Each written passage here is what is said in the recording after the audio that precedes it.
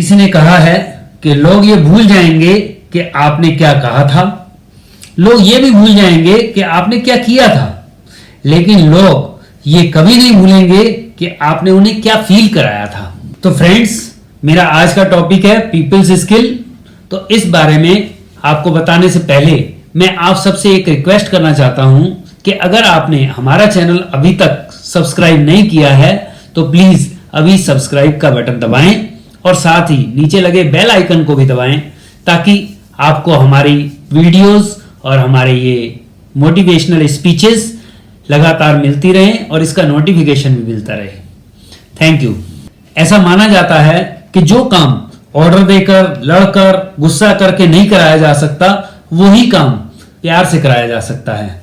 एक बार कुछ इंजीनियर्स के ग्रुप की स्टडी की गई और रिसर्चर्स ने यह पाया कि किसी भी सफलता में 85% पीपल स्किल का कंट्रीब्यूशन होता है और बाकी 15% टेक्निकल स्किल का।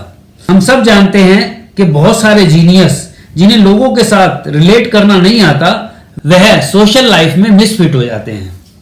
दुर्भाग्य से पीपल स्किल स्कूल में नहीं सिखाई जाती, लेकिन सच बात यह है कि यह सिखाई जानी चाहिए, क्योंकि पर्सनल, बिजनेस, स्पोर्ट्स और पॉलिटिकल लाइफ में लोगों को सक्सेसफुल होने के लिए पीपल्स स्किल की बहुत ज्यादा जरूरत है, ताकि लोगों को यह समझ में आ जाए कि कोई भी इंसान अकेला सफलता नहीं प्राप्त कर सकता।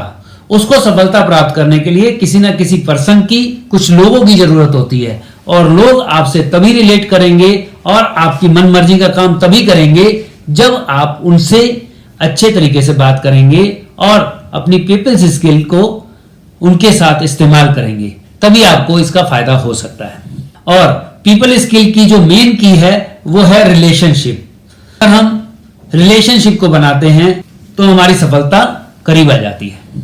तो हमें क्या करना चाहिए अपनी पीपल्स स्किल को बढ़ाने के लिए और रिलेशनशिप को सही करने के लिए? तो सबसे पहले हमें रिलेशनशिप को बढ़ाने के लिए और पीपल्स स्किल को सही करने के लिए सबसे पहला काम जो है वो हमें अपने आप से प्यार करना है। यानी कि जो हमारी लाइफ का सबसे इंपॉर्टेंट पर्सन है वो है हम खुद। जब हम अपने आप को प्यार करते हैं तो उससे आगे रिलेशनशिप बन सकती है, क्योंकि बाइबल में भी ये कहा गया है कि हम लोगों से वैसे ही प्यार करें जैसा कि हम चाहते हैं कि लोग हमसे प्यार करें। बाइबल में यह भी कहा गया है कि बिना अच्छी सेल्फ इमेज के और हेल्दी एप्रिसिएशन के, जो कि हम अपने आप को करते हैं, इसके बिना हम कभी भी लॉन्ग लास्टिंग रिलेशनशिप दूसरों के साथ नहीं बना सकते। और दूसरा, हमें यह समझना पड़ेगा कि अच्छे रिलेशनशिप बनाने के लिए हमें दूसरे लोगों को यह विश्वास दिलाना होगा कि हम वैसे इंसान हैं जिनके साथ अगर वो रिलेशन रखेंगे तो उनको ना केवल फायदा मिलेगा बल्कि पीस ऑफ माइंड भी मिलेगा। दूसरे शब्दों में यह भी कहा जा सकता है कि हमें अपने अंदर एक ऐसी अट्रैक्टिव पर्सनैलिटी बनानी है कि जिससे लोग जेन्युइनली आपके अंदर इंटरेस्टेड हों। और लोग जेन्युइनली आपकी तरफ तभी इंटरेस्टेड होते हैं जब आप उनकी तरफ जेन्युइनली इंटरेस्टेड होते हैं। जैसा कि कहा गया है कि भगवान ने हमारे 2 कान और 1 मुंह बनाया है। एक बच्चा हमेशा अपने पिता से कहता है कि पापा मेरे को अपनी आंखों से सुनिए। यानी कि एक छोटा सा बच्चा भी ये चाहता है कि आपकी अटेंशन उसकी तरफ हो, लेकिन ऐसा होता नहीं है। क्यों? क्योंकि जब हम किसी दूसरे को सुन रहे होते हैं तो सबसे बड़ी बात यह होती है कि हम बजाय इसके कि हम उसको सिंसियरली सुने, हमारा ध्यान इस तरफ होता है कि कब इसकी बात खत्म हो और हम अपना जवाब दें। तो हमारा माइंड जो है वो जवाब सोचने में लग जाता है बजाय इसके कि हम उसको सिंसियरली सुने। अगर हम उसको सिंसियरली और ध्यान से सुनते हैं तो जो व्यक्ति हमारे सामने बैठा हुआ हमें अपनी बात कन्वे करना चाह रहा है वह हमसे प्रभावित होगा और हमें अपना साथी मानने लगेगा।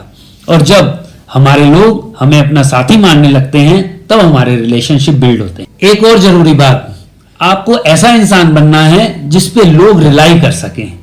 उनको ये लगे कि ये वो पर्सन है जो कहता है और उसे करके दिखाता है। अपने शब्दों के ऊपर हमेशा कंट्रोल रखें और जिस चीज का भी आप कमिटमेंट करें उसे पूरे मन से करने की कोशिश करें। और एक और बहुत जरूरी बात, हमेशा पॉजिटिव रहें और चीयरफुल रहें। जब भी कोई व्यक्ति आपसे ये पूछता है कि आपका क्या हालचाल है, तो आपका जवाब इतना पॉजिटिव और इतना चीयरफुल होना चाहिए कि उसे पूछने का अफसोस ना हो। और इस स्थिति में पहुंचने के लिए आपको अपने ऊपर कुछ काम करना होगा और अपनी प्लीजिंग पर्सनैलिटी बनाने के लिए कुछ एफर्ट्स करने पड़ेंगे, जिसमें सबसे ज्यादा जरूरी चीज है कि आपको गपशप नहीं करनी, आपको सही बात करनी है और पॉजिटिव बात करनी है और ऐसी बात करनी है जिससे लोग खुश हों और आपके पास आने से और आपकी बात सुनने के लिए हमेशा आतुर रहें। हर परिस्थिति में, हर काल में सबसे पहले यह सोचें कि आप क्या चाहते हैं कि लोग आपसे कैसे ट्रीट करें। जिस तरह से आप चाहते हैं कि लोग आपसे ट्रीट करें, उसी तरीके से आप लोगों के साथ ट्रीट करेंगे तो आपकी रिलेशनशिप अच्छी होगी। और जब आपकी रिलेशनशिप अच्छी होगी तो आपको सफलता मिलने के चांसेस और बढ़ जाते हैं। अब मैं आपसे नेटवर्किंग के मामले में डिस्कशन करना चाहता हूं। नेटवर्क मार्केटिंग में पीपल्स स्किल का बहुत बड़ा योगदान है, लेकिन उससे भी पहले रिलेशनशिप जरूरी है। और रिलेशनशिप में भी नेटवर्किंग में हमेशा विन विन मामला होना चाहिए। और विन विन के मामले में अगर हम अपने साथियों को उनके लक्ष्य तक पहुंचाने में मदद करते हैं और शॉर्ट टर्म रिलेशन ना बनाकर उनसे लॉन्ग टर्म रिलेशन बनाते हैं, तो हमारे संबंध अच्छे होते हैं। और जब हमारे संबंध अच्छे होते हैं तो हमारा नेटवर्क भी बड़ा होता है। साथ के साथ नेटवर्किंग में लगातार काम करना चाहिए। जब हम लगातार काम करते हैं और अपने साथियों के फायदे के लिए और उनके नेटवर्क को बढ़ाने के लिए हम काम करते हैं, और ये बात हम उनको बताते भी हैं कि हम लगातार आपके बिजनेस के लिए, आपके नेटवर्क के लिए हम काम कर रहे हैं और इसे आगे बढ़ा रहे हैं, तो आपका नेटवर्क और बड़ा हो जाता है। तो नेटवर्किंग में पीपल्स स्किल का बहुत बड़ा योगदान है।